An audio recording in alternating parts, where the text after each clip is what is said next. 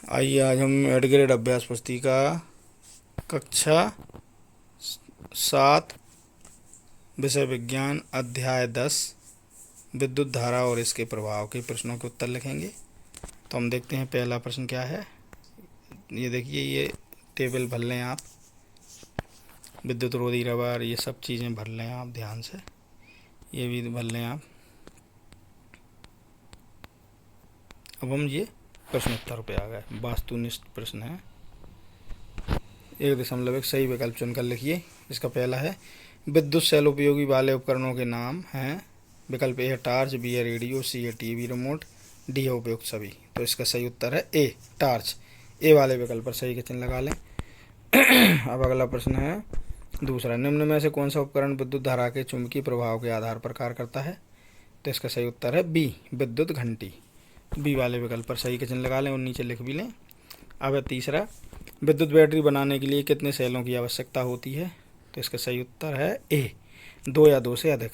ए वाले विकल्प पर सही का चिन्ह लगा लें और नीचे लिख भी लें। चौथा है विद्युत बल्ब कब दीप्त होता है। सही उत्तर है इसका ए विद्युत धारा प्रवाहित होने पर।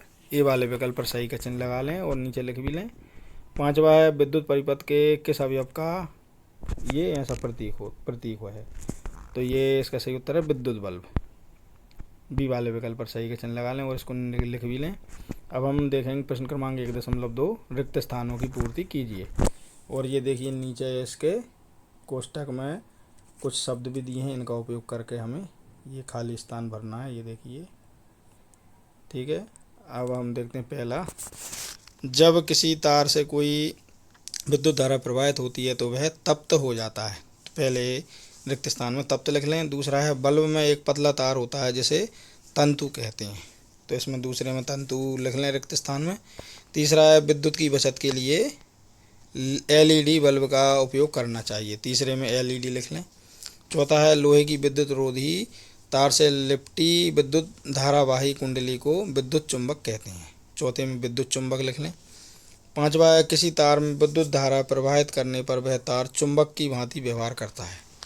पांचवे में चुंबक लिख लें। अब हम देखेंगे अगला प्रश्न। ये देखिए अति लघु उत्तरीय प्रश्न है। अब प्रश्न क्रमांक दूसरा है विद्युत फ्यूज बनाने वाले चालक तार का गुण बताइए। उत्तर है विद्युत फ्यूज बनाते समय हमें कम गलनांक वाले चालक तार का चयन करना चाहिए ताकि निर्धारित मान से अधिक धारा प्रवाहित हो सके। अब तीसरा प्रश्न है बूजों ने अपने घर में अधिक विद्युत खपत वाले सभी उपकरण जैसे विद्युत हीटर, विद्युत मोटर, फ्रिज जैसे इत्यादि को एक साथ चालू कर दिया। कुछ समय बाद उसके घर की विद्युत आपूर्ति बंद हो गई। बूजो जानना चाहता है कि ऐसा क्यों हुआ, कारण बताइए।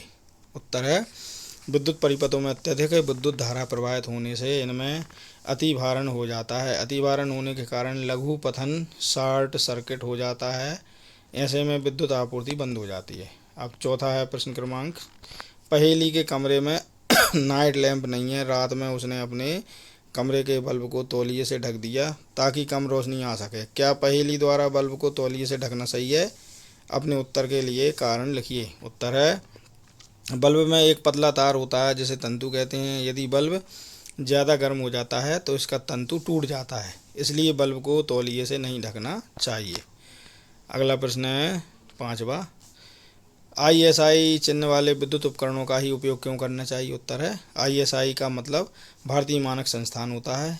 यह उपकरण अधिक सुरक्षित है, वह बिजली की बर्बादी नहीं करते। अब ये देखिए चित्र में, इसको उपरोक्त चित्र में दिखाया गया विद्युत परिपथ में क्या बल्ब दीप्त होगा, यदि नहीं तो क्यों। उत्तर है बल्ब दीप्त नहीं होगा क्योंकि टर्मिनल एक दूसरे से नहीं जुड़ा है। अब है प्रश्न क्रमांक 7वां। अब ये लघु उत्तरीय प्रश्न है। बूजों ने एक लोहे की कील पर तार के 50 फेरे लपेटकर एक विद्युत चुंबक बनाया। पहेली ने एक ऐसे ही लोहे की कील पर तार के 100 फेरे लपेटकर एक विद्युत चुंबक बनाया। तो बताइए कि कौन सा विद्युत चुंबक लोहे की अधिक पिनों को आकर्षित करेगा, कारण बताइए। उत्तर है पहले चुंबक पर 50 फेरे हैं, दूसरे चुंबक पर 100 फेरे हैं। चूंकि दूसरे चुंबक पर फेरों की संख्या दुगनी है, इसलिए दूसरे चुंबक में अधिक चुंबकीय क्षेत्र उत्पन्न होगा और यह अधिक लोहे को आकर्षित करेगा। अब अगला प्रश्न देखते हैं 8वां। पहेली अपने घर में साधारण विद्युत बल्ब का उपयोग करती है और बूजो अपने घर में LED बल्ब का उपयोग करता है। तो बताइए कि किसका विद्युत बिल कम रहेगा और क्यों। उत्तर है एलईडी बल्ब अधिक विद्युत दक्ष होते हैं, इसलिए इन्हें प्राथमिकता दी जाती है। यह भारतीय मानक ब्यूरो नई दिल्ली द्वारा प्रमाणित है। इसमें पारे का वाष्प कम होता है। एलईडी का विद्युत बिल सामान्य बल्ब से कम होता है। अगला प्रश्न है नवा। पहेली ने 10 सेंटीमीटर लंबाई का तार लिया, बूझो ने समान सामग्री और समान मोटाई का 5 सेंटीमीटर की लंबाई का तार लिया और दोनों को चित्र में दिए गए सर्किट के अनुसार जोड़ा। दोनों परिपथ में समान धारा प्रवाहित है। अब इसके ये देखिए, ये दोनों चित्र भी बने हुए हैं। इसका आ है, क्या उपरोक्त दोनों परिपथ में जोड़े गए तार समान रूप से गर्म होंगे? कारण स्पष्ट कीजिए। उत्तर है, यदि दोनों परिपथों में समान धारा प्रवाहित हो रही है तो 10 सेंटीमीटर लंबा तार अधिक गर्म होगा, क्योंकि उसका प्रतिरोध अधिक है। अब इसी का बा, यदि दोनों तारों की लंबाई समान हो लेकिन परिपथ ए के तार की मोटाई परिपथ बी की अपेक्षा अधिक हो तो क्या तार समान रूप से गर्म होंगे? कारण स्पष्ट कीजिए। उत्तर है, इस प्रकार यदि दोनों परिपथ में समान धारा प्रवाहित हो रही है तो परिपथ बी का तार जिसकी मोटाई कम है अधिक गर्म होगा, जबकि परिपथ ए का तार जिसकी मोटाई अधिक है कम गर्म होगा। प्रश्न क्रमांक 10, खुला परिपथ और बंद परिपथ में अंतर लिखिए। ये देखिए, पहले हम खुला परिपथ देखेंगे। खुला परिपथ वह परिपथ है जिसमें पथ अधूरा होता है, अर्थात धारा का प्रवाह नहीं होता। अब दूसरा है बंद परिपथ। बंद परिपथ वह परिपथ होता है जिसमें पथ पूर्ण होता है तथा संपूर्ण परिपथ में धारा का प्रवाह होता है। प्रश्न क्रमांक 11, विद्युत धारा के तापीय प्रभाव से आप क्या समझते हो? उदाहरण सहित समझाइए। तो इसका उत्तर है, जब किसी तार में कोई विद्युत धारा प्रवाहित होती है तो वह तप्त हो जाता है। इसे विद्युत धारा का तापीय प्रभाव कहते हैं। घरों में हीटर का उपयोग खाना बनाने में किया जाता है। दीर्घ उत्तरीय प्रश्न आ गया ये। विद्युत धारा का चुंबकीय प्रभाव विद्युत घंटी की कार्य प्रणाली में किस प्रकार सहायता करता है? चित्र सहित समझाइए। ये चित्र है, देखिए विद्युत घंटी का, ध्यान से चित्र बना लें आप देख के इसको। और अब इसका ये उत्तर है। विद्युत घंटी धातु की बनी घंटी होती है जिस पर विद्युत चुंबकीय क्रिया द्वारा बार बार एक हथौड़ा प्रहार करता है। विद्युत घंटी विद्युत धारा के चुंबकीय प्रभाव पर कार्य करती है। प्रश्न क्रमांक 13 का आ है। अब विद्युत परिपथ में उपयोग होने वाले निम्न अवयवों को उनके प्रतीकों द्वारा प्रदर्शित कीजिए। ये देखिए, ये विद्युत अवयव हैं। एक ये तरह, ये देखिए ध्यान से, ये विद्युत अवयव हैं, ये प्रतीक हैं। तो यहाँ विद्युत अवयव हैं और ये इधर प्रतीक हैं। तो ये देखिए विद्युत सेल का प्रतीक ये है। विद्युत बल्ब, ये विद्युत बल्ब है, इसका ये प्रतीक हो गया ये वाला। स्विच ऑन स्थिति ये वाली है। स्विच ऑफ स्थिति में ये है ना बैटरी, ये, और संयोजी तार ये दोनों इस टेबल में देख के ध्यानपूर्वक आप इस चित्र को कंप्लीट कर लें।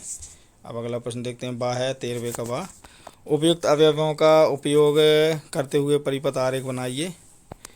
एक है देखिए, स्विच ऑन ऑफ स्थिति में, जब स्विच ऑन स्थिति में हो तो ये देखिए स्विच ऑन स्थिति में ये वाला है, बी है दूसरा। जब स्विच ऑफ स्थिति में ये वाला है। ये देखिए, स्विच ऑन स्थिति में बल्ब दीप्त होगा और स्विच ऑफ स्थिति में बल्ब दीप्त नहीं होगा। अब अगला प्रश्न है 14 का। विद्युत के उपयोग के समय होने वाली क्षति से बचने के लिए हमें क्या क्या उपाय अपनाने चाहिए? उत्तर है, विद्युत के उपयोग के समय निम्न उपाय करने चाहिए। नंबर 1, विद्युत का कार्य करते समय पानी से बचें। दूसरा, गीले हाथों से किसी बिजली के उपकरण को स्पर्श न करें। तीसरा, अधिभारण या लघु पतन से बचना चाहिए। चौथा, तांबे के सुरक्षित तारों वाले बार का उपयोग करें। अब बा है एमसीबी क्या है, इसका उपयोग बताइए। जब किसी परिपथ में विद्युत धारा सुरक्षा सीमा से अधिक हो जाती है तो एमसीबी स्वयं ही ऑफ हो जाते हैं। अब ये प्रोजेक्ट 1 है। आप अपने दैनिक जीवन में कौन कौन से विद्युत उपकरणों का उपयोग करते हैं? निम्न तालिका में विद्युत उपकरणों के नाम लिखिए। ये देखिए, इसमें आपको नाम लिखना है, ये तो आपको स्वयं करना है। ये ऐसी आपने घरों में बिजली की बचत के लिए आप क्या क्या उपाय करेंगे, ये भी आपको स्वयं करना है। दूसरा, प्रोजेक्ट 2, ये वाला प्रोजेक्ट भी आपको स्वयं करना है। इसी के साथ हमारा अध्याय 10 यहाँ पर समाप्त होता है। यदि आपको हमारा ये वीडियो अच्छा लगा तो वीडियो को लाइक करें और हमारे चैनल को सब्सक्राइब जरूर करें। बेल आइकन को प्रेस करें ताकि आगे आने वाले वीडियो के नोटिफिकेशन आपको सही समय पर मिलते रहें। धन्यवाद।